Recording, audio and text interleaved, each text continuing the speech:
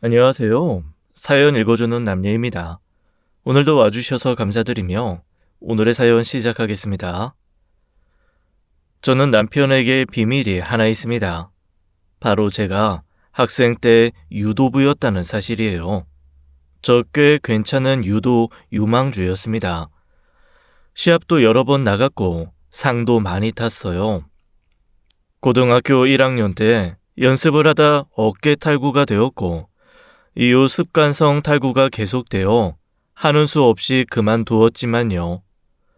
빠르게 공부로 방향을 틀려고 하니 그것도 쉬운 일은 아니었지만 제가 또 근성은 있거든요. 원래 운동하는 사람들이 근성이 좀 있잖아요. 지방대에 들어갔다가 바로 한 학기 다니고 휴학, 1년 반 재수를 해서 수도권에 꽤 괜찮은 전공대학에 들어갔습니다. 남편은 거기에서 만났어요. 신입생 환영회 때 유난히 눈이 반짝거리는 남자가 있어서 눈이 갔는데 그 사람이 지금의 남편입니다. 제가 운동을 하면서 근육이 야무지게 붙은 체형이라 조금만 살이 쪄도 뚱뚱해 보이거든요.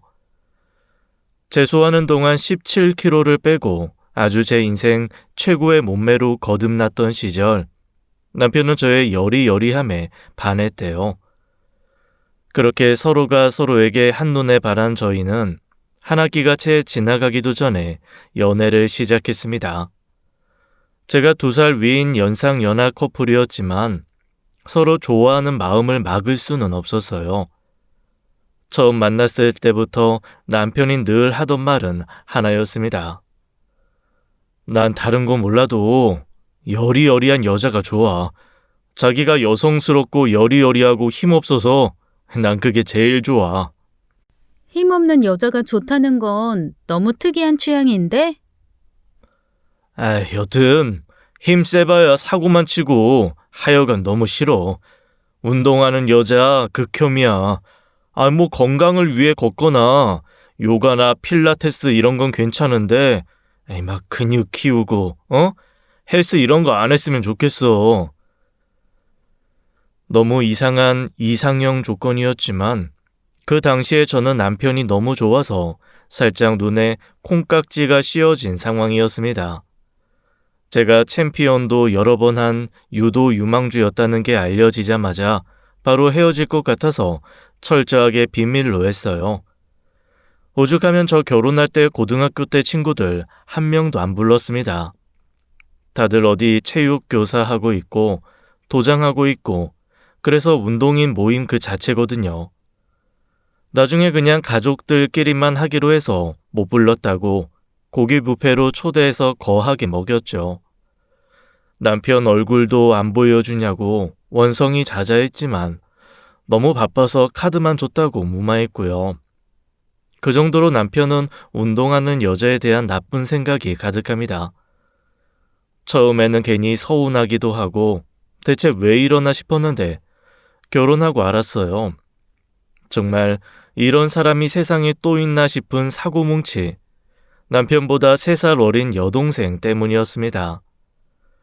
남편은 총 3남매 맞이입니다. 원래는 4남매였는데 한 명이 좀 어릴 때 사고로 세상을 떠났다고 하더라고요. 세상을 떠난 형제가 그 사고뭉치 시누이와 쌍둥이였다고 했습니다. 제일 위로는 제 남편이 있고 3살 아래에 쌍둥이 자매 그리고 2살 아래 남동생이 있어요. 쌍둥이 자매 중 하나가 익사사고로 5살 때 세상을 떠나고 3남매만 남았다고 했습니다. 제일 아래 도련님은 아직 결혼도 하지 않았는데다 이름도 어려운 도미니카 공화국에서 살고 있습니다. 몰래 스페인어 전공을 하면서 자유롭게 여행을 다니다가 최근 몇 년은 도미니카에서 살고 있대요. 저희 결혼할 때는 아르헨티나에서 일을 하고 있어서 못 오고 영상 편지만 보내왔거든요. 온 집안 식구가 다 고개 절레절레 할 정도로 자유로운 영혼입니다. 그러니 결국 남은 건 제 남편과 시누이뿐인데 이 시누이가 아주 일당백을 하고도 남는 사람입니다. 일단 위아래가 없어요. 제가 남편보다 2살 위이니까 그래도 5살 위인 언니잖아요.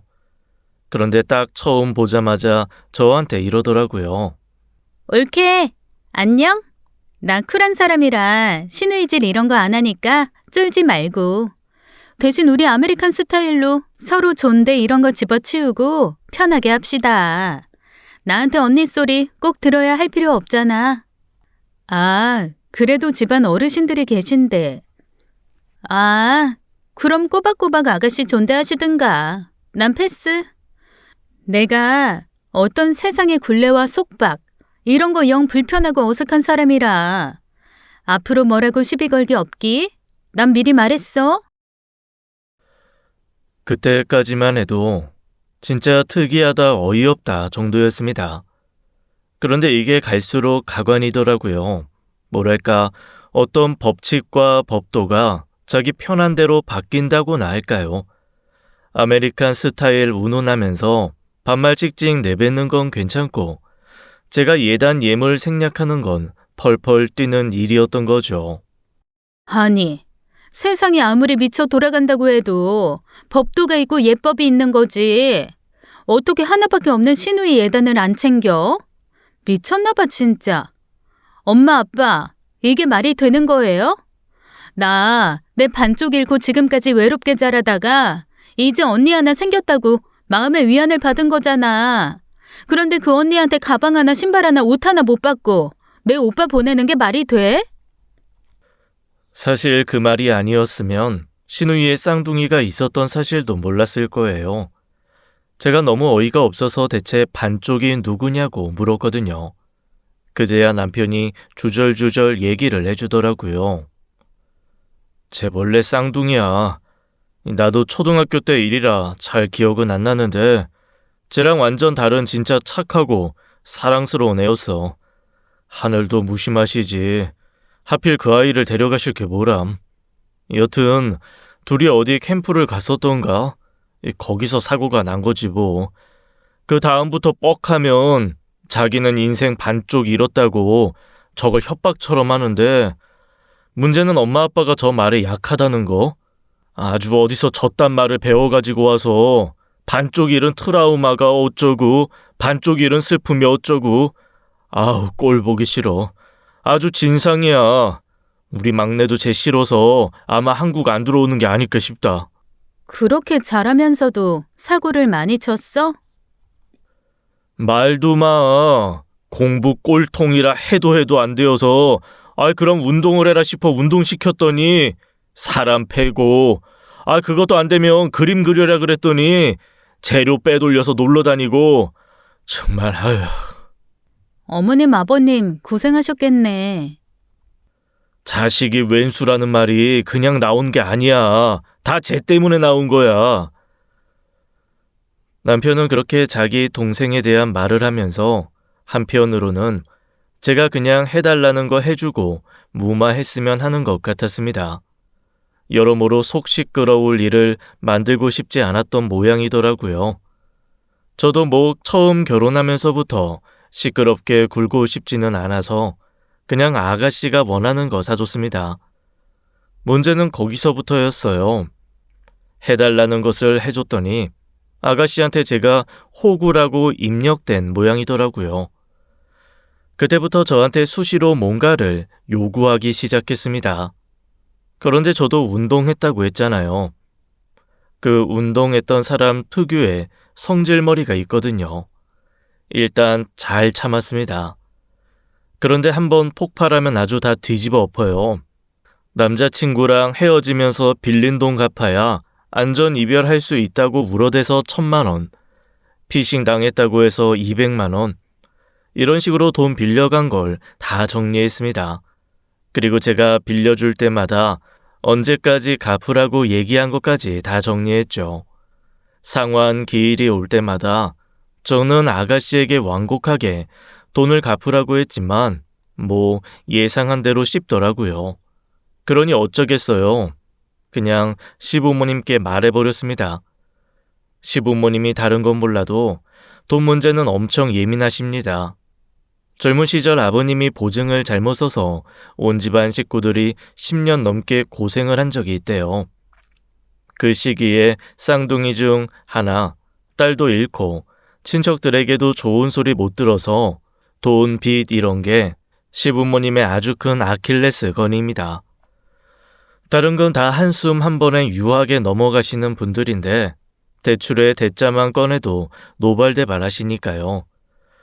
저희 결혼할 때도 남편이 대출도 자산이라는 말을 하면서 신혼 부부한테만 나오는 대출 받겠다고 했다가 호적 파일 뻔했어요.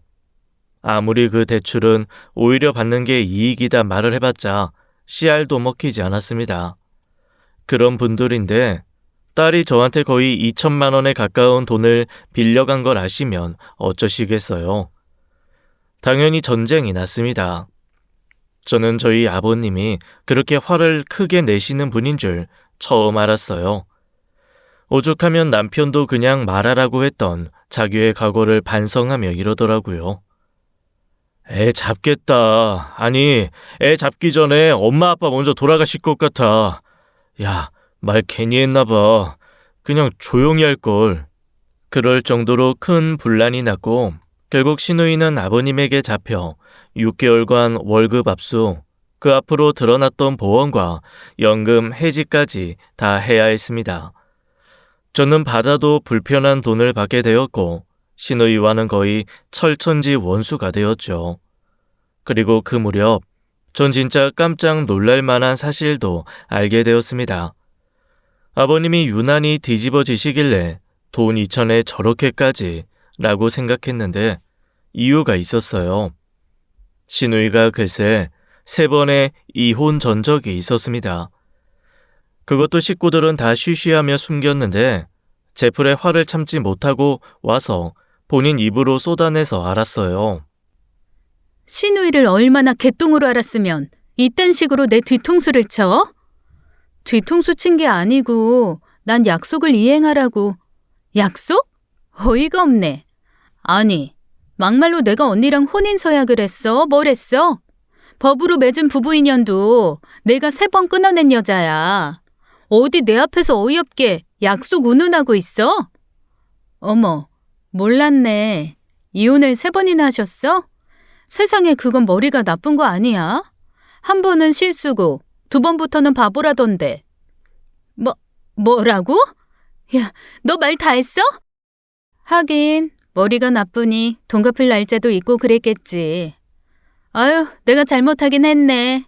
머리가 나빠서 그런 걸 내가 오해했네. 나쁜 마음 먹은 거라고. 아유, 미안해라. 무슨 말을 해도 제가 머리 나쁜 걸로 받아치니까 아주 분해서 펄펄 뛰며 어쩔 줄을 모르더라고요. 뭐 그러거나 말거나 저는 계속 시누이의 말에 머리가 나빠서 머리가 바보라서 내가 그걸 이해 못해 미안하다고만 했습니다. 그러니 어쩌겠어요. 저랑 싸워봤자 자기만 머리 나쁜 사람 되는걸요. 결국 씩씩거리며 인연 끊자고 하더니 진짜 연락을 안 하더라고요. 하지만 태풍 전야가 가장 고요한 거 아시죠? 정작 심각한 일은 그 이후부터 서서히 하나씩 드러나기 시작했습니다. 첫 시작은 어이없게도 시누이가 이혼한 3번째 남편으로부터 열렸습니다. 시누이가 3번이나 결혼하고 이혼을 반복한 건 알았지만 이유는 몰랐거든요. 굳이 알고 싶지도 않았고 남편과 시부모님도 별 말씀 없으셨으니 그냥 넘겼죠. 그런데 어느 날 저한테 낯선 사람이 전화를 해서 대뜸 이러더라고요. 하여간 그놈의 집구석은 년이나 놈이나 전화를 받는 것들이 없네. 아이고, 처음 뵙겠습니다. 누구세요? 아니 뭐 누군지는 모르셔도 되고 나야 뭐 가볍게 돈만 받으면 되니까 그 집 식구들이 아무도 내 전화를 안 받으니 어쩌겠어. 받는 사람이 그래도 식군이 줘야지. 누군지 모르는 사람한테 내가 무슨 돈을 줘요? 미친 사람인가? 끊어요. 정말 미친 사람인가 싶어서 전화를 확 끊으려는데 갑자기 상대방 입에서 시누이 이름이 확 튀어나왔습니다. 그러면서 그제야 주절주절 말을 늘어놓더라고요. 세상에 자기가 맞고 사는 남편이었다가 이혼을 했는데 주기로 한 합의금을 못 받았다나요? 합의금을 제대로 챙겨받기로 하고 순순히 이혼 절차 밟아줬더니 배신했다며 고소한다고 펄펄 뛰더라고요. 제가 너무 어이가 없고 당황스러워 일단 전화를 끊자고 했습니다. 그리고 남편과 시어머니를 나란히 불러서 앉혀놓고 물어봤죠. 그랬더니 두 사람이 한숨을 땅이 꺼져라 쉬면서 그제야 주섬주섬 시누이가 왜 이혼을 했는지 털어놓는 게 아니겠어요. 세 번의 이혼이 모두 이유가 다른 것도 어이가 없었는데 그 이유라는 것도 정말 하나하나 기막히더라고요. 첫 번째 결혼은 아이고 바람을 피웠더라고. 무슨 속도 위반이니 뭐니 급하게 하더니만 아이는 중간에 뭐 한다고 떨구고 그래도 둘만 잘 살면 되지 했는데 1년도 안 돼서 이혼한다고 난리. 하필이면 지 남편 친구랑 붙어 먹어서 아이고 진짜 난 부끄러워서 내가 말을 못하겠다. 그래도 그건 제일 낫지 엄마. 두 번째는 아주 집안 들어먹을 뻔했잖아. 그 바람핀 첫째 남편 친구가 질이 안 좋은 놈이었어. 하긴 그런 놈이니까 지 친구 마누라를 꼬셨겠지. 거기 노란한 저 기집애가 등신 상등신인 거고. 여튼 야금야금 돈 빼먹더니 결국 저 미련한 거 꼬셔서 도박 시작하더라고. 아휴, 왜? 어디 드라마였나 영화였나 대사에 그런 거 있잖아. 내가 들어간 판에서 누가 호구인지 모르겠으면 내가 호구라고. 딱 끝장났지 뭐. 예, 진짜 내가 너 볼라치 없는데 이건 아버지도 모른다. 그냥 성격 차이로 이혼했다고만 알고 있어. 너도 말내지 마라. 알지? 네 아버지 돈에 얼마나 까다로운지. 내가 정말 말년에 밍크 한번 길이별로 입어보고 죽으려고 몇십 년을 모은 돈 싹 저기 집에 사고 친 거 메꾸고. 아이고. 자, 바람 피고 도박했어. 그 다음이 뭐겠니? 폭력이지. 아주 무슨 그랜드슬램 달성도 아니고 기집애가 골고루 해먹었어. 나는 내 식구가 어디서 맞고 오면 그게 참 속이 무너지고 슬플 줄 알았거든? 야, 아니더라. 피해자가 낫더라고, 가해자보다는. 아, 물론 피해자도 피해자 나름이겠지만 이건 진짜... 아휴... 그러니까 세 번째는 폭력이 맞는데 정말로 내가 들은 것처럼 남편이 맞은 거라고? 진짜로? 솔직히 난 그것도 좀 멍청한 게 걸려든 것 같기는 해. 남자가 일부러 유도한 건데 걸려들었다고 보는데 뭐 걸려든 게 바보지. 시어머니와 남편은 마치 속의 얘기를 털어놓는 대나무 숲이라도 만난 것처럼 저한테 우르르 쏟아놓더라고요. 결국 셋째 남편이었던 사람이 폭력으로 신고를 하고 감옥 가기 싫으면 돈 달라고 했던 모양이더라고요. 그때 그냥 소위 말해 배째라 하고 변호사인 빌려 제대로 시시비비를 가렸으면 되었는데 그걸 안 한 겁니다. 아니 왜 제대로 계약서를 읽지도 않고 지장 찍어주고 인감 주고 그런 걸까요? 여튼 그게 빌미가 돼서 당장 3천만 원을 해줘야 하는 상황이 온 거였습니다. 시어머니는 이번에는 정말 해줄 돈이 없다며 한숨을 푹 쉬다가 집으로 가셨어요. 그로부터 며칠 뒤 저는 시아버지가 쓰러지셨다는 연락을 받고 불이 났게 병원으로 뛰어갔습니다. 뇌졸중이었습니다. 시어머니가 정말 세상 허탈한 얼굴로 중환자실 앞에 앉아서 혼잣말을 중얼거리셨어요. 망할년. 차라리 나치를 말걸. 아이고 망할년. 어머니 그게 무슨 말씀이세요? 네 아버지 잘못되면 다 저기 집의 탓이야. 아니다. 내 탓이다. 내가 저런 걸 낳아서 키웠으니 내가 죽일 년이야. 아이고. 어머님은 반쯤 정신이 나간 것 같았습니다. 제가 어머님을 달래고 달래봤지만 나아질 것 같지 않더라고요. 결국 남편이 비틀거리는 어머님을 모시고 밖으로 나가고 저 혼자 중환자실 밖에 우두커니 앉아 있었습니다. 얼마 지나지 않아 의료진들이 긴급하게 왔다 갔다 하면서 아버님 보호자를 찾더라고요. 결국 아버님은 제가 보는 앞에서 돌아가셨습니다. 남편과 시어머니는 임종도 지키지 못했고 저는 아버님의 마지막을 보며 손을 꼭 잡아드리는 것밖에는 할 게 없었어요. 폭풍처럼 장례를 정신없이 치르고 장지에서 돌아오는 길, 남편이 깊은 한숨과 함께 그러더라고요. 저거 진짜 사람 아니야. 무슨 소리야? 누구? 누구는 누구야? 저 기집애지. 쟤 악마 새끼야. 운전대를 잡은 남편의 손이 부들부들 떨릴 정도로 화가 나 있길래 제가 왜냐고 물었습니다. 그러자 남편이 한숨을 푹 쉬면서 얘기하더라고요. 아니 글쎄 시어머니가 결국 시누이 빚을 아버님께 말했고 당연히 아버님이 노발대발 하셨대요. 시누이를 불러 잡돌이를 하는데 글쎄 시누이가 이랬답니다. 아이씨, 진짜. 아빠도 어차피 조만간 죽을 사람 아니야? 그리고 따지고 보면 지금 아빠가 쓰고 사는 돈, 그거 다 미래의 내 돈이야. 내가 언제 내 돈 쓰고 다닌다고 아빠한테 뭐라고 했어? 진짜 주지도 않을 거면 욕이나 하지 말든가. 아니면 그냥 좀 쿨하게 주던가. 에이씨. 그리고는 글쎄 아버님이 진짜 아끼는 5돈짜리 금거북이를 낼름 들고 집을 나섰다는 겁니다. 그 금거북이 아버님이 약간 집안의 수호신처럼 아끼시는 거거든요. 크기는 작지만 돌아가신 시할머니가 아버님 환갑 때 선물해 주신 거라 애지중지 하시는데 그걸 낼름 들고 나가버린 거죠. 딸한테 폐륜에 가까운 소리를 들은 데다 보물처럼 아끼던 금거북이가 눈앞에서 훅 사라지니 아버님이 충격이 크셨던 모양입니다. 벌떡 일어나서 시누이를 쫓아가려던 찰나 억소리와 함께 쓰러지신 거래요. 그 모든 상황을 다 본 시어머니의 충격은 이루 말할 수가 없었던 겁니다.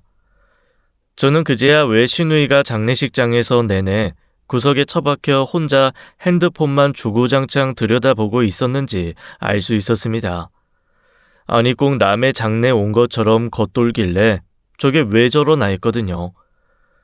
그때까지는 저도 저게 그래도 염치가 좀 있나 하는 생각을 했습니다.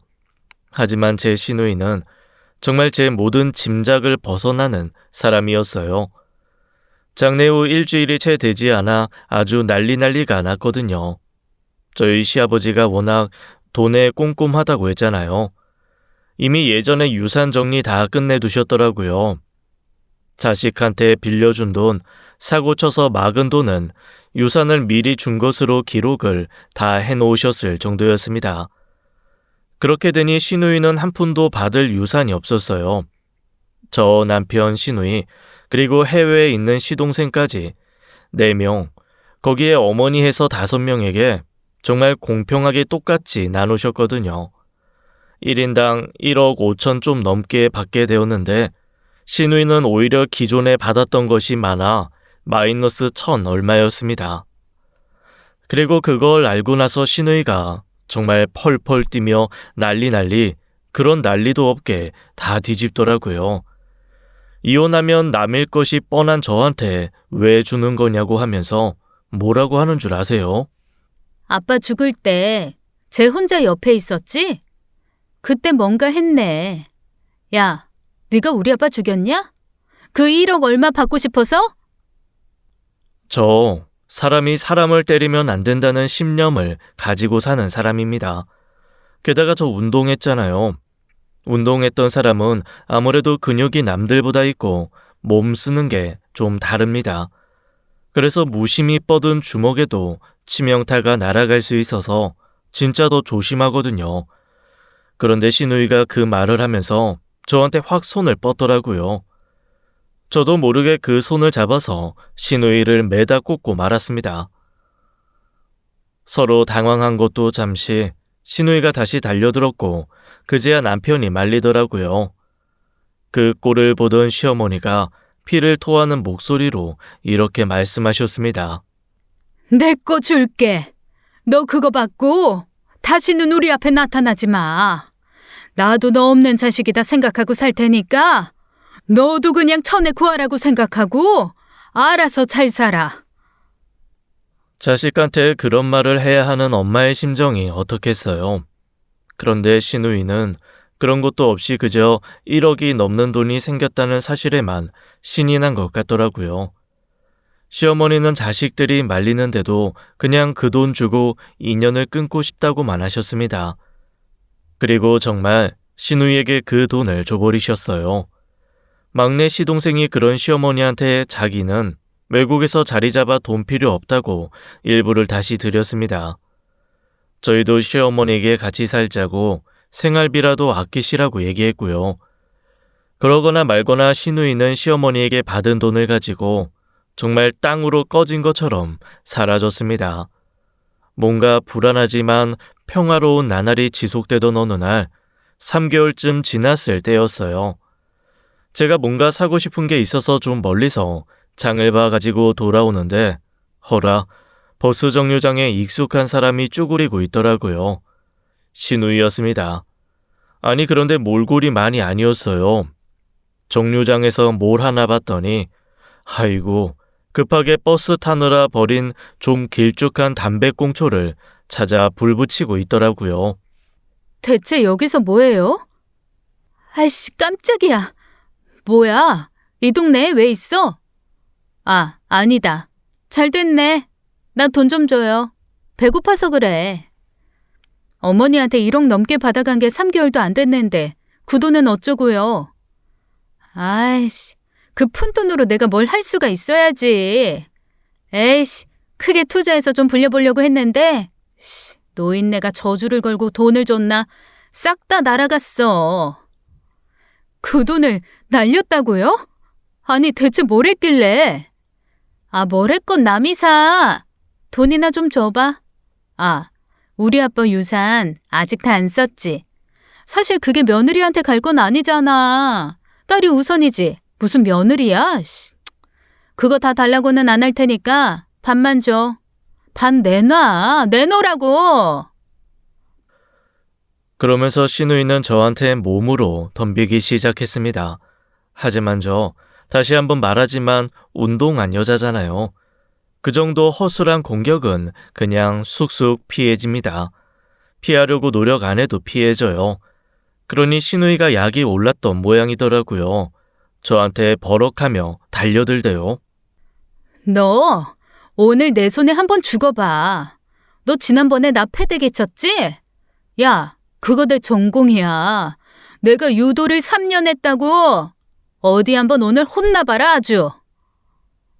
헛웃음이 나왔습니다. 그제야 왜 남편이 운동하는 여자 싫다고 절레절레 했었는지 완벽하게 이해가 되었어요. 유도를 찔끔 배우고는 그걸로 사람 패고 다녔던 거였습니다. 그래, 오늘 너 한번 혼나봐라 라는 심정으로 딱 다리 힘주고 섰습니다. 그리고 어설프게 달려들길래 바로 잡아서 다시 한번 매다 꽂고 멱살 잡아서 또 움직이지 못하게 막았죠. 진짜 너 같은 것들 때문에 운동하는 사람 욕먹는 거야. 어디 감히 예의와 매너도 없으면서 안 되는 유도를 입에 올려? 까불어 진짜. 나 유도 유망주였거든? 너 입학하기 전부터 우리 학교 먹여 살린 선수가 나였거든? 확 그냥. 그거 아세요? 입열명 깨갱거리면서 큰 소리 치는 것들이 진짜 힘있는 사람을 만나면 꼼짝 못합니다. 신우이가 딱 그렇더라고요. 완전 얼어붙어서 한마디도 못하길래 그간의 모든 감정을 담아서 뒤통수 한 대 세게 갈기고 일어났습니다. 한적한 동네, 평일 낮이라 사람이 없었던 게 다행이었죠 뭐. 근데 저한테 그렇게 업어치기를 당한 신우이가 갑자기 펑펑 눈물을 흘리기 시작했습니다. 자기도 인생 이렇게 살고 싶지 않은데 한번 꼬인 거를 어떻게 풀어야 될지 모르겠다며 정말 대성통곡을 하더라고요. 야, 이 눈물을 믿어야 되나 말아야 되나 잠시 고민도 되었지만 그래도 어쩌겠어요. 미우나 고우나 제 남편 동생이잖아요. 그냥 그 자리에서 남편에게 연락을 했습니다. 남편은 처음에 그런데 내 동생도 아니라며 그냥 모른 척하라고 냉정하게 얘기를 하더니 그 다음에는 자기도 신경이 쓰였는지 조금씩 연락을 하더라고요. 그렇게 한 2달 정도 시누이는 조금 정신을 차리는 듯 했습니다. 자기가 회사도 다니기 시작했다며 글쎄 첫 월급 탔다고 저랑 남편한테 돼지고기 1근, 소고기 1근 그렇게 사가지고 인사까지 왔더라고요. 사람이 이렇게 변하기도 하는구나 라는 생각이 들면서 그래 이제야 조금 어머님도 편해지시겠다라는 생각을 했습니다. 하지만 세상은 그렇게 호락호락하지 않았습니다. 건강검진을 가셨던 어머님이 세상 이런 얼굴로 오셔서는 이렇게 말씀하시더라고요. 예, 나 얼마 못 간다. 어머님, 그게 무슨 말씀이세요? 얼마 못 간다는 게. 아휴, 림프암이래. 어쩐지 뭔가 좀 이상하고 쎄하다 했어. 이미 림프로 시작해서 여기저기 많이 퍼진 데다가 내가 워낙 당뇨랑 고혈압도 심하지 않니. 의사도 할 수 있는 게 많이 없다고 당황해 하더라. 당분간 스트레스 받지 말고 그냥 맘 편하게 지내는 게 최고라는데 그게 어디 쉽니? 저랑 남편은 너무나 당황하고 억울하기도 하고 속상하기도 했습니다. 저희 어머님 진짜 고생만 하시다가 이제 시누이도 좀 정신 차리고 조금 살만하실 때가 오니까 건강이 도와주지 않는다는 생각에 정말로 속이 많이 상하더라고요. 그리고 시누이는 그 소식을 듣자마자 정말 대성통곡을 하며 거의 혼절을 할 뻔할 정도로 울기 시작했습니다. 엄마 미안해. 나 때문에 엄마 그렇게 된 거야. 엄마 내가 잘못했어. 차라리 내가 아프면 안 돼? 엄마 건강해질 수 있다면 나 진짜 내 모든 장기라도 다 엄마한테 줄 수 있을 것 같은데. 말만 들으면 아주 세상 천지 그런 효녀가 없겠더라고요. 한편으로는 저게 대체 진심인 건가 싶으면서도 그래, 정신 차린 사람 믿어주지 못할 망정 계속 의심하면 그게 내가 더 나쁜 사람이지 싶었습니다. 결국 저도 시누이를 안쓰럽게 생각하기로 했습니다. 그리고 시누이는 그 다음부터 정말 사람이 변한 것처럼 보였어요. 들어간 회사도 파트타임 일하더니 그 외에 아르바이트도 시작을 하더라고요. 그러면서 더 어이없었던 건 자기가 엄마 병간호를 다 하겠다며 시어머니 간병을 자처하고 나선 거였어요. 사실 저랑 남편이 그것 때문에 조금 고민이 있기는 했거든요. 저랑 남편은 아무래도 회사를 다녀야 하니 시어머니를 바로 옆에서 간병을 못합니다. 그렇다고 해서 간병인을 마냥저냥 쓰기에는 자금적인 부분이 조금 걱정이 되기도 했고요. 그런데 시누이가 자기 엄마를 대체 누구 손에 맡기냐며 스스로 간병을 하겠다고 나서니 처음에는 당황스러웠어요. 혹시 시어머니가 뭔가 더 물려줄 게 있다고 생각해서 저러나 라고 의심이 되었습니다. 그러나 또 그 열심히 하는 모습을 보면 의심하는 내가 나쁜 사람이지 싶어서 영 판단이 안 서더라고요. 그런데 점점 날이 지날수록 저는 시누이를 의심한 제 자신이 너무 속물처럼 느껴질 정도로 시누이가 진짜 최선을 다하고 있다는 것을 알게 되었습니다. 진짜 정신 차리고 열심히 간병을 하고 지치지도 않고 시어머니에게 살갑게 효도를 하더라고요. 이제 정말 정신을 차렸나 보다 생각하던 어느 날 시누이가 쭈뼛쭈뼛하며 저를 찾아왔습니다. 언니, 정말 미안한데 혹시 한 5천만 원만 잠시 빌려줄 수 있어요? 평생 하지 않는 존댓말까지 하며 부탁을 하는 겁니다. 순간 저는 시누이에 대한 트라우마가 싹 살아나며 거부감이 확 들었습니다. 저도 모르게 표정이 굳은 걸 보고 시누이가 일단 손사래부터 치더라고요. 진짜로 제가 사고 쳐서 그런 게 아니고요. 제가 파트타임으로도 일하던 회사가 정말 작은 중소기업인데 이 회사가 망해버렸어요. 정리해고 당하고 사실 지난달부터 실업급여로 간신히 연명하고 있거든요. 언니, 우리 엄마 길게 안 남은 거 알잖아요. 나 엄마 돌아가시기 전까지는 이거 진짜로 비밀로 하고 싶어요. 그냥 엄마 죽기 전에 딸이 그래도 조금 번듯하게 정신 차린 거 보고서 안심하고 돌아가셨으면 좋겠단 말이에요. 그래서 말인데, 언니, 저 반찬 가게 해보려고요. 그래도 제가 엄마 닮아서 손맛은 좀 있거든요. 저 그냥 반찬 가게 열고 계속 언니한테 돈 갚을게요. 한 5천만 원만 좀 빌려주세요. 저는 그 얘기를 듣는 순간 좀 고민을 했습니다. 솔직히 시어머니를 생각하면, 그리고 시어머니가 저한테 아낌없이 부어주신 사랑을 생각하면 도와주는 게 맞을 것 같았어요. 하지만 일단 제가 시누이에 대한 신뢰가 너무 없는 상황이었거든요. 게다가 자기 오빠인 남편한테 얘기하는 것도 아니고 굳이 저한테 얘기하는 것도 저는 좀 찜찜했습니다. 제가 무슨 생각을 하는지 아는 것처럼 시누이가 저한테 이러더라고요. 언니는 그래도 날 보는 눈빛이 나를 좀 믿어주고 도와주고 하는 것 같은데 오빠는 여전히 날 보는 눈빛이 정말 무슨 사기꾼 짐승 보듯 본단 말이에요. 오빠한테 얘기해봐야 진짜로 나 상처받는 소리만 하고 도와주지도 않을 것 같고. 그래도 언니는 나 조금 믿어주는 거죠? 언니도 딸 입장이라서 알잖아요. 그렇게 제 마음을 읽은 듯 그런 식으로까지 얘기하는데 이건 진짜 해줘야 되나 말아야 되나 고민이 되더라고요. 솔직히 적은 돈도 아니고 말입니다. 그런데 제가 진짜 단순하거든요. 얼굴에 뭔가 숨기면 그게 딱 티가 납니다.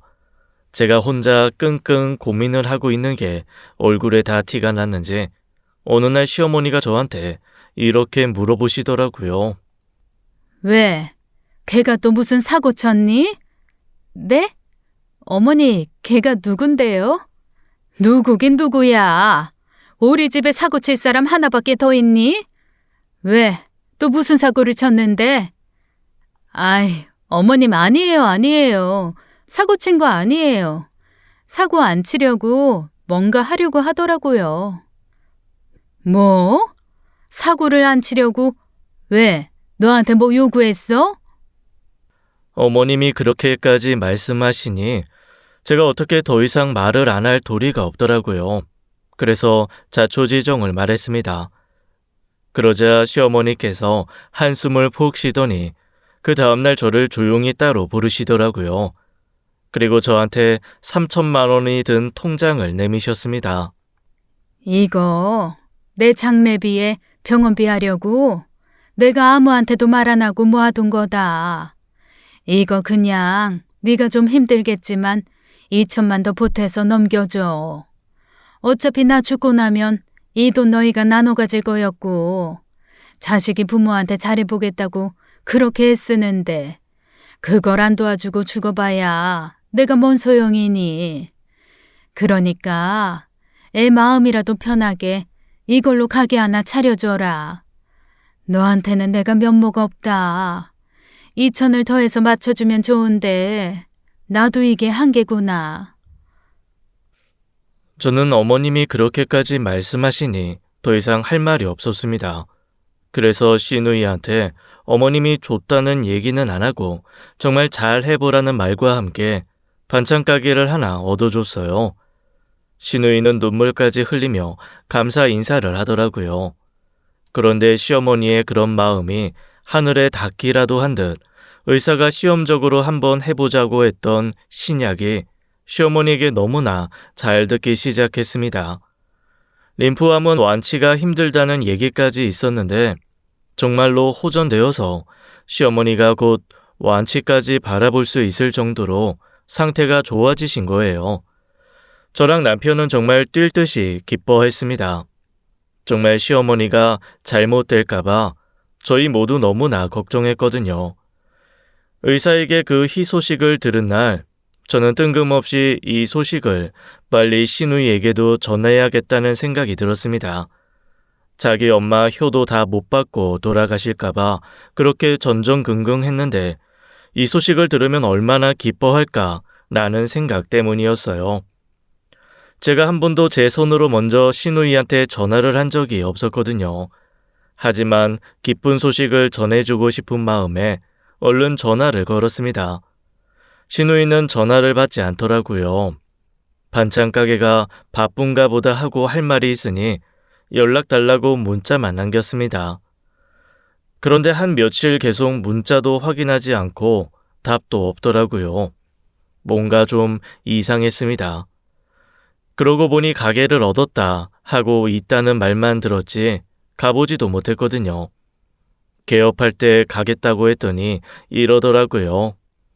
기존에 하던 가게를 이어받은 거라 딱히 개업식 같은 건 안 할 거예요.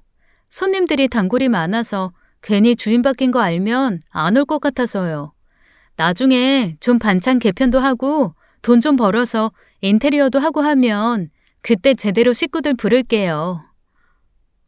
뭐 그것도 일리 있다 싶고 그런 식으로 아끼려는 게 나름 신통하기도 해서 그러라고 했습니다. 그러니 가게가 어디인지는 몰라 찾아가지도 못하는 거죠. 전화도 안 되고 문자도 안 받으니 걱정이 좀 되더라고요. 그러던 찰나 3일 정도 지났을 때 시누이가 전화를 했습니다. 저한테 지방에 식재료 매입차 갔었는데 배터리가 떨어지고 일이 바빠 연락을 못했다고 하더라고요. 세상에, 식재료도 직접 다 공수하러 다녀요? 돈 아끼고 좋은 재료로 잘하려면 그래야죠. 주방 아주머니들이 워낙 베테랑들이라 제가 따로 요리할 건 없고 저야 좋은 재료 공수하는 게 일이라서요. 아, 그러면 지방에 자주 가겠네요. 요즘에는 그래도 엄마가 컨디션이 좀 좋아져서 일주일에 2, 3일은 지방에 갈 수 있어요. 다행이죠 뭐. 아, 맞다. 좋은 소식이 있어요. 어머니 완전 회복세. 정말 너무 좋은 소식이죠? 엄마가 뭐요? 신약 임상한 게 너무 잘 맞는데요. 그게 케이스별로 다 다른데 여튼 어머님한테는 잘 맞았나 봐요. 의사 선생님 말씀이 이 속도와 흐름이라면 완전히 암에서 벗어나는 것도 가능할 거라고 하시던데요. 그게 진짜예요? 정말요?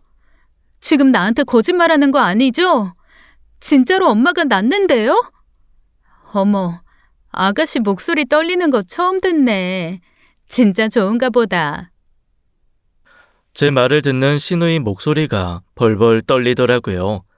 저는 이렇게까지 좋아하는구나 싶어서 마음이 또 뿌듯했습니다. 반찬 가게 바빠도 다다음 주는 저랑 같이 어머님 병원에 좀 같이 있어줘요. 약 쓰는 거 마지막 주라서 식구들이 번갈아 가며 있어야 할 것 같아요. 저랑 오빠도 휴가 내서 번갈아 가면서 있을 거니까. 그래야죠. 당연히 그래야죠. 알겠어요. 일정 나오면 말해줘요. 시누이는 달달 떨리는 목소리로 전화를 끊었습니다. 저야 당연히 시어머니에게 시누이가 전화를 했을 거라 생각하고 아무 생각도 없었어요. 일단 다다음 주 시어머니 간병 때문에 휴가를 쓰려면 밀린 일을 좀 해야 한다는 생각뿐이었습니다. 야근에 주말 잔업까지 정신없이 하루하루를 보내다 보니 그것까지 신경 쓸 여유는 없었죠. 그렇게 어머님의 마지막 치료 스케줄이 다가왔습니다. 어머님은 희망이 생겨서 그런지 아주 환하고 밝은 얼굴로 병원에 입원하셨어요. 시누이는 바빠서 이틀만 있을 수 있다고 했고 나머지 저희 부부가 나눠서 간병하기로 했어요. 저랑 시누이가 교대를 하던 날이었습니다. 시누이가 약속 시간보다 좀 늦길래 제가 시누이를 찾으러 병원 복도로 나갔는데 저쪽에서 시누이가 통화를 하고 있더라고요. 나름 반가운 마음에 다가가다가 저는 충격에 돌부처가 되고 말았습니다. 시누이가 하는 말이 귀에 꽂히듯 날아들었거든요. 하여간 놓친네. 명줄도 길어. 와, 저승사자가 멱살 잡아 끌고 가는가 싶었는데. 야, 그 멱살을 뿌리쳤다? 아, 몰라. 나도 어떻게 될지. 솔직히 한참 고민했습니다. 뒤통수를 내려칠까 아니면 멱살을 잡을까 뺨을 때릴까 정말 고민되더라고요. 사실 분노보다는 어이없음과 기막힘이 더 우선이기는 했습니다. 사람이 분노 지수가 지나치게 올라가면 오히려 차분해지더라고요. 천천히 신우이에게 가까이 다가갔습니다. 얼마나 얘기에 심취를 하고 있는지 제가 다가온 것도 모르는 듯 했어요. 저는 조용히 조금 떨어진 곳에 서서 가만히 신우이가 하는 얘기에 귀를 기울였습니다. 정말 기도 안 막히더라고요. 신우이는 시어머니가 암이 치료된 사실을 기뻐하는 게 아니라 분노하고 있었습니다. 가만히 얘기를 들어보니 어머님이 돌아가시면 그나마 어머님이 조금 가지고 계시는 재산을 물려받을 생각이었던 겁니다. 그래서 최대한 어머님 비위 맞추며 잘하는 척을 했던 거였더라고요. 그런데 어머님이 건강이 회복되면서 금방 돌아가실 것 같지가 않으니까 그것 때문에 화가 나고 짜증이 난 거였어요. 아니 그게 사람입니까? 그러면서 신우이는 계속 전화를 하는 사람과 차마 제 입으로 옮기기도 힘든 그런 말들을 막 주고받기 시작했어요. 자기가 착해서 더 이상 나쁜 짓을 안 하는 거라는 둥, 그냥 늙었으면 적당히 자식들 편하게 가주는 것도 센스라는 둥 말이죠. 그런 사람 같지도 않은 말들을 낄낄거리면서 하는데 너무 가슴이 무너졌습니다. 게다가 거기 병원이잖아요. 병원은 아픈 사람들이 있는 곳이고 그들이 어떻게 하든 건강하게 살아나길 바라는 가족들이 있는 곳 아닌가요? 거기에서 왜 사는지 모르겠다는 말을 낄낄거리고 하고 있으니 그게 정상은 아니잖아요. 정말 몇몇 사람들이 너무나 어이없고 불쾌한 얼굴로 신우이를 위아래로 훑어보기도 했습니다. 분명히 그런 게 눈치로 느껴질 텐데도 아무렇지도 않게 낄낄거리며 말하는데 저는 순간 이런 생각도 들었습니다. 신우이야 정말 인간 말종이니 저런 얘기를 함부로 한다 손 치지만 대체 저 이야기에 동조하며 같이 낄낄거리고 있는 전화 속 사람은 누굴까라는 생각이었어요. 끼리끼리 논다고 하잖아요. 친구를 보면 그 사람이 어떤 사람인지 안다고 하는데 대체 신우이와 이런 얘기를 하는 놈은 어떤 사람일까 그런 생각마저 들더라고요. 여기서 내가 뭔가 아는 척을 했다가 이거는 더 큰 일이 벌어지는 사단이 시작되겠다 싶었습니다. 뭔가 방법을 생각하고 가족들과 논의를 해봐야겠다는 생각을 하면서 뒤로 도는 순간 저는 그 자리에 주저앉을 뻔했습니다. 저희 시어머니가 정말 세상 잃은 얼굴로 서 계셨어요. 그리고 시어머니의 손에는 제가 오전에 어머님 드시라고 갖다 드렸던 반 건씩 꽃감이 들려 있었습니다. 어머니가 제가 꽃감 갖다 드렸을 때 이렇게 말씀을 하셨어요. 아유, 아무리 속을 썩이고 꼴 보기 싫다 어쩐다 그래도 새끼는 새끼인가 보다. 내가 네 볼랏도 없게시리 이 판건식 꽃감을 보는데 왜 걔가 생각나니? 걔요? 어머니, 아가씨 말씀하시는 거예요? 그래, 걔가 어렸을 때부터 다른 과일은 죽어라 하고 안 먹었거든. 허이고, 어렸을 때 사과 긁어서 이유식 해주면 아주 찡그리면서 퇴퇴했던 애가 걔야. 그런데 이 판건 씨는 그렇게 좋아하더라고. 그래서 내가 그래 이거라도 먹어라. 과일을 그렇게 안 먹으면 어떡하냐고 하고 이걸 참 열심히 사서 먹였었는데. 아이고, 이따가 오면 그래도 좀 남겼다가 줘야겠다. 아유, 어머님, 이건 어머님 실컷 드시고요. 몇 개 안 되는데 뭘 남겼다 줘요. 제가 아가씨는 나중에 또 맛있는 거 사줄게요. 이거는 어머님 드세요. 서로 그런 대화를 했었습니다. 저는 그리고 시어머니가 다 드신 줄 알았어요. 저 몰래 몇 개 남겨서 숨겨두신 줄은 몰랐죠. 그런데 제가 신우이가 왔는지 안 왔는지 보겠다고 나가서 하도 안 들어오니까 어머님이 우리 둘이 밖에서 무슨 얘기라도 하나 싶으셨나 봐요. 같이 앉아 먹으면 좋겠다 싶어 그 방건실을 들고 천천히 나오시던 참이었던 겁니다. 그러다가 신우이의 막말을 어머님이 고스란히 다 듣고 마신 거죠. 저는 참담한 어머님의 표정을 보며 대체 내가 무슨 얘기를 어떻게 해야 되나 싶었습니다. 사실 아무 말도 할 수가 없었어요. 사람이 입이 있어도 말을 못한다는 게 대체 어떤 의미인지 저 그날 완전 깨달았잖아요. 저는 어머님의 눈치를 보다가 가만히 어머님의 팔을 잡았습니다. 어머님은 저한테 이렇게 말씀하시더라고요. 아무 말도 하지 말고 그냥 너도 모른 척 해라. 그래, 사람 고쳐 쓰는 거 아니라고 하더니 우리 조상님 말씀 틀린 거 하나 없다. 내가 이제라도 알아서 다행이야. 내가 더 못 볼 꼴 보고 죽을 뻔했어. 아니, 나 죽고 나서 너희 부부만 내가 아주 찍싸게 고생시킬 뻔했다. 내 손에서 알고 끝날 수 있어서 얼마나 다행인지 모른다. 시어머니의 그 말을 듣는데 제 마음이 얼마나 무너지던지요. 시어머니는 인격이 좋으셔서 참고 넘기실 수 있는지 몰라도 저는 도저히 참을 수가 없었습니다. 그래서 어머님한테 이렇게 말씀드렸어요.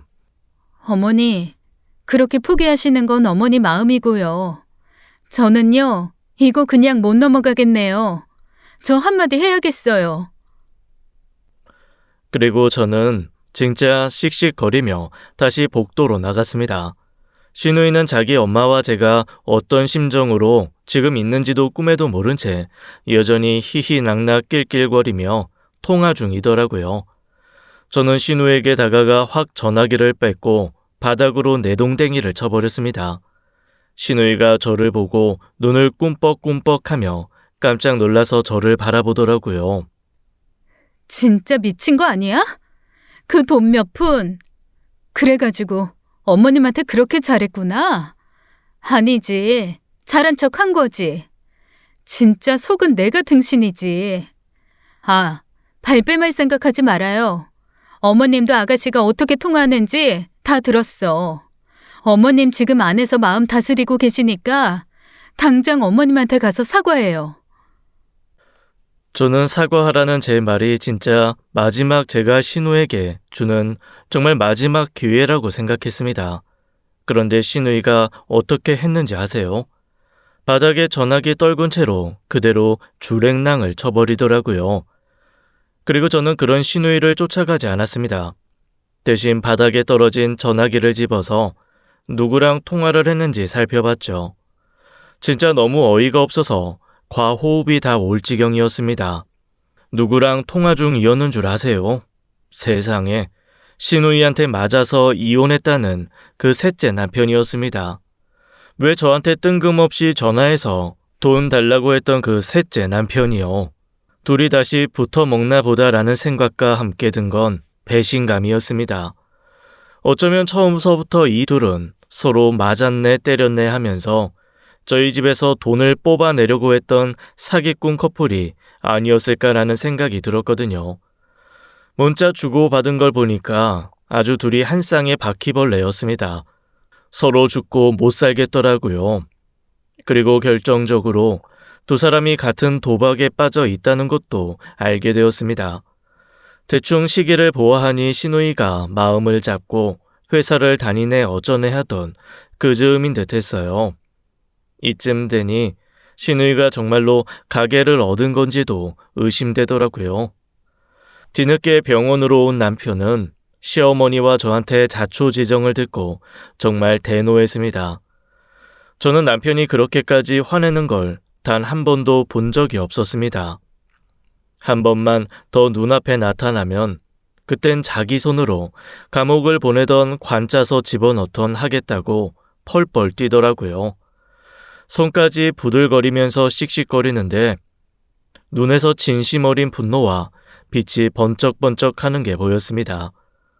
저는 그런 남편을 보며 사실은 시어머니가 더 걱정되었습니다. 간신히 암에서 벗어날 거라는 희망 때문에 행복해 하셨는데 스트레스 때문에 다시 병세가 악화될까봐 그게 걱정이었거든요. 그런데 분노도 에너지라고 시어머니는 신우이에게 화가 나면서 뭔가 삶의 의지가 생기신 듯 더 힘을 내시더라고요. 내가 이 딸년을 어떻게든 벌을 주건 혼을 내주건 해야겠다라는 마음을 먹으신 것 같았습니다. 저와 남편은 흥신소를 고용해서 시누이가 계약했다는 가게를 찾기 시작했습니다. 그런데 짐작대로였어요. 가게 같은 거 계약한 적 없더라고요. 너무 짐작한 대로라 어이가 없었지만 그러려니 해야지 어쩌겠어요. 일단 사람을 찾고 그 다음 일을 논의하기로 했습니다. 그래서 저희는 다시 흥신소에게 의뢰해서 자취를 감춘 시누이를 찾기 시작했어요. 핸드폰도 놓고 도망갔으니 저희가 찾을 수 있는 방법은 흥신소에 의뢰하는 것밖에 없었어요. 시누이가 여전히 도박을 못 끊고 있는 것 같으니 도박판 위주로 좀 찾아달라고 했죠.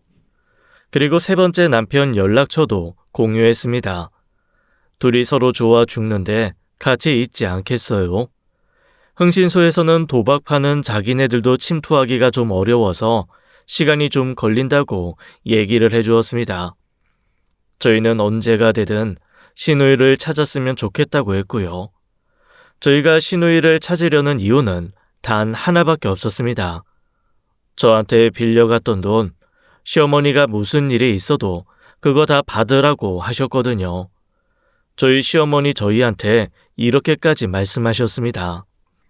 만약에 그 돈 못 갚아서 감옥 가야 된다면 차라리 감옥 보내. 사람 구실 못하고 살 바에야 감옥 가서 사회와 격리되는 것도 필요한 일이야. 나 내 자식이라고 해서 감옥 안 보내려고 애쓰고 그런 거 안 할 거다. 내 손으로 직접 잡아서 보내고 싶은 심정이야. 시어머니가 그렇게 단호하게 말씀하시는 것도 그랬지만 남편 역시도 몹시 단호했습니다. 그리고 저한테 엄청 화냈어요. 동생한테 자기 몰래 돈 해준 거 가지고 저희 진짜 이러다 우리 이혼하겠구나 싶을 정도로 남편이 저한테 엄청나게 화를 냈거든요. 시어머니가 가운데서 절대 아무한테도 말하지 말라고 했다며 어머니 잘못이라고 중재하지 않았으면 저 진짜 남편한테 완전 혼쭐 날 뻔했습니다. 어쨌건 흥신소에서는 조금 시간이 걸린다고는 했지만 반드시 여동생을 찾아주겠다고 했고 한 달 정도 지난 후에 정말로 시누이의 행방을 저희에게 알려주었습니다. 큰돈도 없으니 아주 작은 하우스에서 근근히 개평 받아가며 연명하고 있더라고요. 세기의 사랑인 것 같이 굴던 세 번째 남편은 시누이가 개털되었다는 걸 알자마자 도망갔다고 했습니다. 한마디로 끈 떨어진 연대고 여기 기웃 저기 기웃하면서 근근히 버티고 있는 게 들킨 거죠. 저희는 바로 경찰에 신고를 했고 시누이는 현장에서 딱 검거가 되었습니다. 그런데 이거는 창피하다고 해야 될지 다행이라고 해야 될지 돈이 없어가지고 제대로 도박도 못하고 있었던 거 있죠. 그냥 도박방에서 얼씬거리면서 개평이나 받던 사람이어가지고 처벌은 크지 않았어요. 뭔가 크게 걸어가지고 잃거나 딴 게 있고 도박판에 크게 관여가 됐어야 처벌도 클 텐데 진짜 영향력이 없었더라고요. 결국 집행유예를 받은 시누이는 완전 기가 죽은 채 식구들한테 다시 돌아오게 되었습니다. 저희가 신고를 해가지고 도박판을 급습했다는 걸 알게 된 후 그나마 시누이가 계속 의지해왔던 도박팸들이 시누이를 완전히 배신자로 점 찍었거든요. 다시는 그 판에 들어가지 못할 뿐더러 만약에 들어간다 하더라도 배신자로 완전 낙인 찍혀 절대 어울리지 못하는 상황을 만들어버린 거죠. 의도한 건 아니지만 어쨌건 그건 상황이 되니 시누이는 정말 끈 떨어진 년이 되어 저희한테 돌아올 수밖에 없었던 겁니다. 이런저런 변명을 하길래 저는 긴 말 하지 않았습니다. 집행유예라는 건 그 기간 동안 범죄를 저지르지 않는다는 조건하에 실형 선고 안 한다는 말인 거 알죠? 그러니까 돈 갚아요. 나한테 빌려간 5천만 원 그대로 갚아요. 그거 안 갚으면 저 바로 사기죄로 고소할 거예요. 아니, 무슨 가족끼리 고소를 한다고 그래요? 아이고, 우리가 언제 가족이던가요? 저는 그날 병원에서 아가씨 하는 얘기 딱 듣고 아, 이 사람은 가족이 아니구나 라는 생각 완전히 굳혔거든요. 그러니까 돈 갚아요. 우리는 그냥 채권자, 채무자 외에는 그 어떤 사이도 아니에요. 저는 그렇게 냉정하게 말을 했고 신우이는 어쩔 수 없이 감옥 가기가 싫으니 일용직을 해서 돈을 벌기 시작했습니다. 알고 보니 도박을 시작하고 여기저기 도망다니면서 이 사람 저 사람한테 돈 빌리고 결국 그것 때문에 사기죄로 고소당해 있던 상태더라고요. 시어머니는 아예 저희한테 선언하셨습니다. 당신과는 상관없다고 생각하라고 말이죠. 완전히 시어머니도 딱 손절치신 겁니다. 어쨌건 신우이는 저희가 용서할 것 같지도 않고 다른 채권 채무자들한테도 계속 돈 갚으라고 연락이 오니 울며 겨자 먹기로 돈을 벌기 시작했습니다. 제가 받을 돈은 이제 한 2천만 원 정도 남았어요. 조금이라도 딴짓할 것 같으면 바로 채권단 대표한테 연락해서 신우이를 쪼고 있거든요. 몸이 아프건 부셔질 것 같건 일단 나가서 일을 하게끔 만들고 있습니다. 뭐 평생 처음으로 자기 손으로 돈을 벌긴 하지만 그게 자기 손에 조금도 들어오지 않는 경험도 처음일 거예요. 저희는 끝까지 아가씨를 돕지 않을 겁니다. 남편은 그 돈 안 받고 그냥 2년 끝내고 싶다 하는데 저는 시어머님 소원대로 돈은 받고 손절하려 해요. 돈 끝까지 받으라 한 시어머니 마음이 어느 정도는 이해가 되기도 하거든요. 자식 잘못 키운 죗값을 그렇게라도 갚게 하고 싶으신 거 아닐까 싶어서 말입니다. 지금까지 사연 읽어주는 남녀였습니다. 끝까지 함께 해주신 여러분 감사드리며 저희는 다음 사연으로 돌아올게요. 감사합니다.